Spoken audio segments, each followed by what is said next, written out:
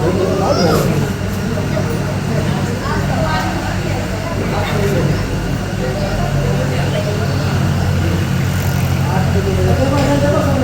स्वागत बताओ हाथ में ले लो हेलो आदरणीय सबसे पहले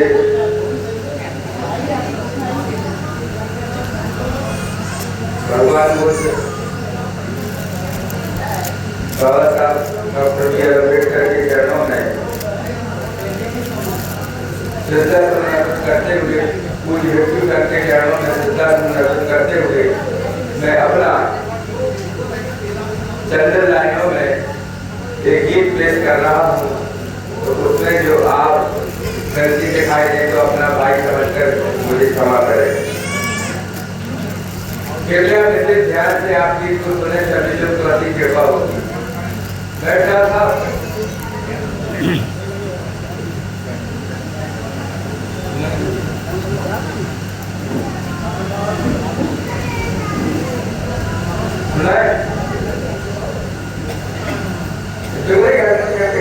उठा ले, अंदर रखिए, बेटी अंदर है, उठा ले। आवाज कोई हैवी नहीं। आपको सिर्फ सबसे ध्यान देना है कि हारमोनियम का आवाज का बड़ा चलता रहता है। हमने लिखा है कि मानव में मानवता हो तो क्या गजब की बात है, और अनेकता में एकता हो तो क्या गजब की बात है, और बुद्धि और विवेक हो, बुद्धि और विवेक हो, और लेख और सुलेख हो, और ज्ञान में गुरु ज्ञान हो तो क्या गजब की बात है, और मान और सम्मान हो ना किसी का अपमान हो, मान और सम्मान हो न किसी का अपमान हो, और बुद्धता में शुद्धता हो तो क्या गजब की बात हो, और भगवा में भाव हो। ये आदमी पीले कपड़ा पहन रहा लेकिन लफड़ा दूसरे का, इसलिए भगवा में भाव हो और देवगत स्वभाव हो, भगवा में भाव हो और देवगत स्वभाव हो, और गीत में संगीत हो, राज न्याय नीति हो तो क्या गजब की बात है। इसलिए लिखा है कि शरण में तुम्हारी, शरण में तुम्हारी दया का भिखारी, तुम्हारे सिवा कोई हमारा नहीं है, तुम्हारे सिवा कोई हमारा नहीं है। क्यों? जिस चिंता ने तुमको नीचा दिखाया, जिस चिंता ने तुमको नीचा दिखाया, तुम्ही ने उसी को गले से लगाया, तुमने उसी को गले से लगाया। देवदत्त ने क्या तीरों चलाए, देवदत्त ने क्या बाणों चलाए, पक्षी हंस के प्राणों बचाए, पक्षी हंस के प्राणों बचाए।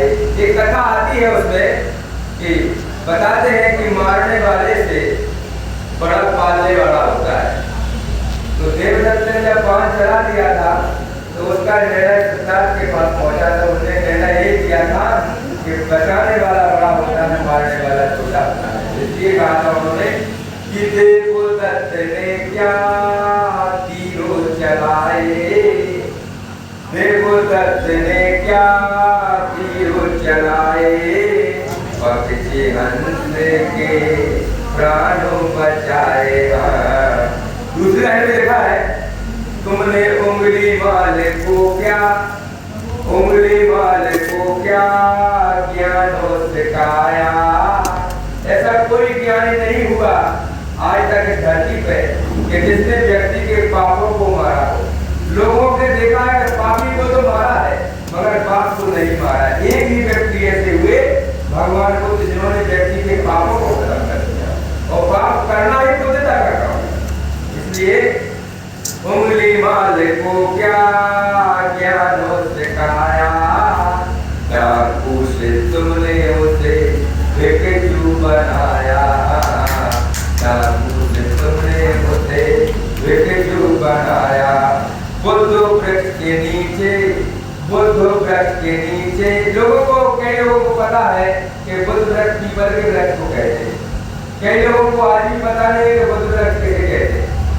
बुद्ध वृक्ष इसलिए कहा जाता है कि उसमें एक पीपल का पत्ता 24 घंटे सारे पत्ता थम जाएंगे रात में, लेकिन एक पत्ता ऐसा रहेगा पूर्णिमा की रात में कि एक पत्ता हलता रहेगा 24 घंटे। इसलिए उसे बुद्ध वृक्ष कहा गया।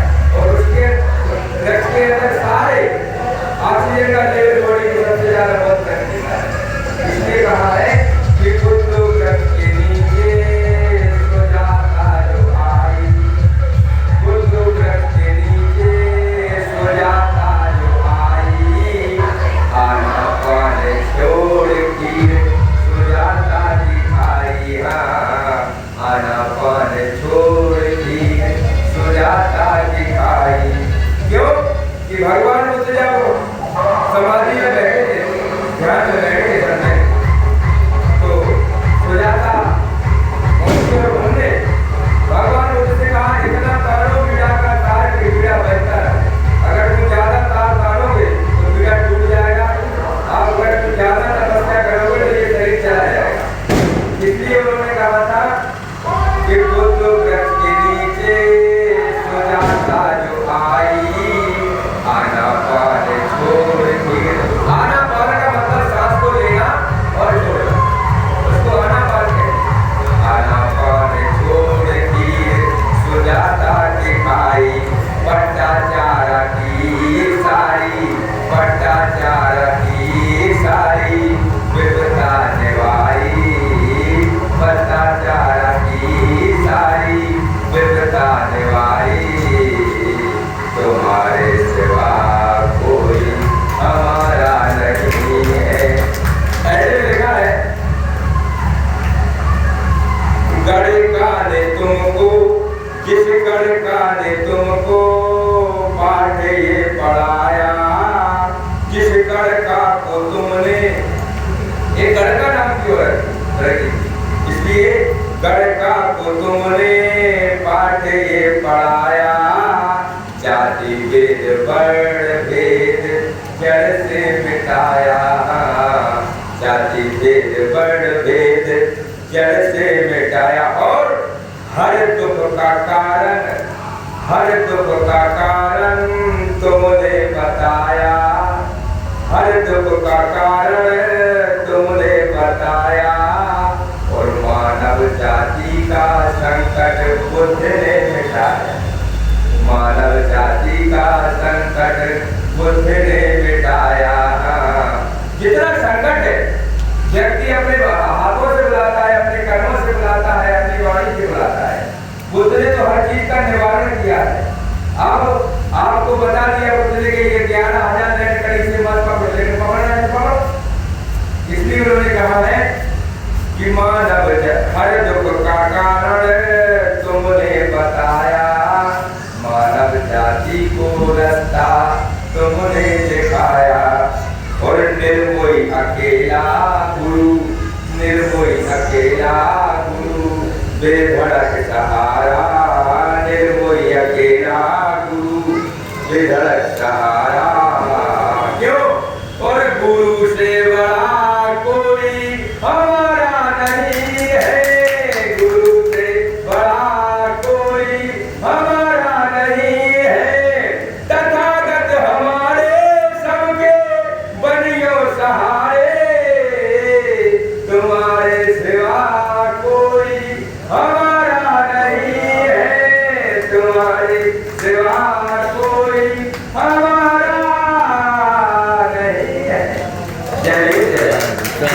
हमारी विभूषण की ओर से हम इन्हें गाइड के लिए 100 रुपया उन्हें इनाम देते हैं।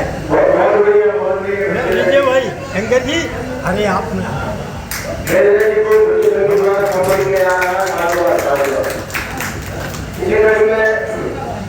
झांसी से पढ़ाई हुई हमारे राष्ट्रीय महात्मा जिला झांसी के उपाध्यक्ष अनुसम्मानीय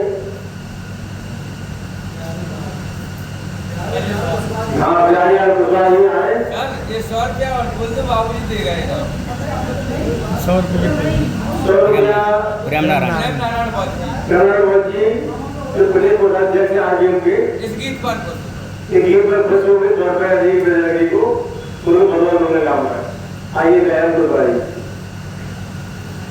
धन्यवाद संचालक महोदय जी, परम पूज्य मनसा सिंह भंते जी एवं मेरे सामने बैठे हुए उपासक उपासिकाओं, आप अपने परिवार के, अपने समाज के, अपने देश के जागरूक लोग जिंदा दृढ़ हो, मरे हुए नहीं हो।